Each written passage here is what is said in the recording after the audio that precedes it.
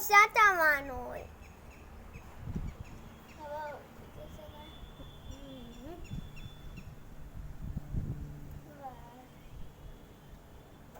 બિટ્ટુ હવે ટ્રી હોય મોટા થઈ જશે.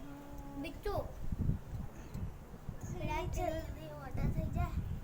બિટ્ટુ પહેલા ટ્રી બહુ નાના અને પછી ધીરે આટલા નાના જો આટલા નાના હોય.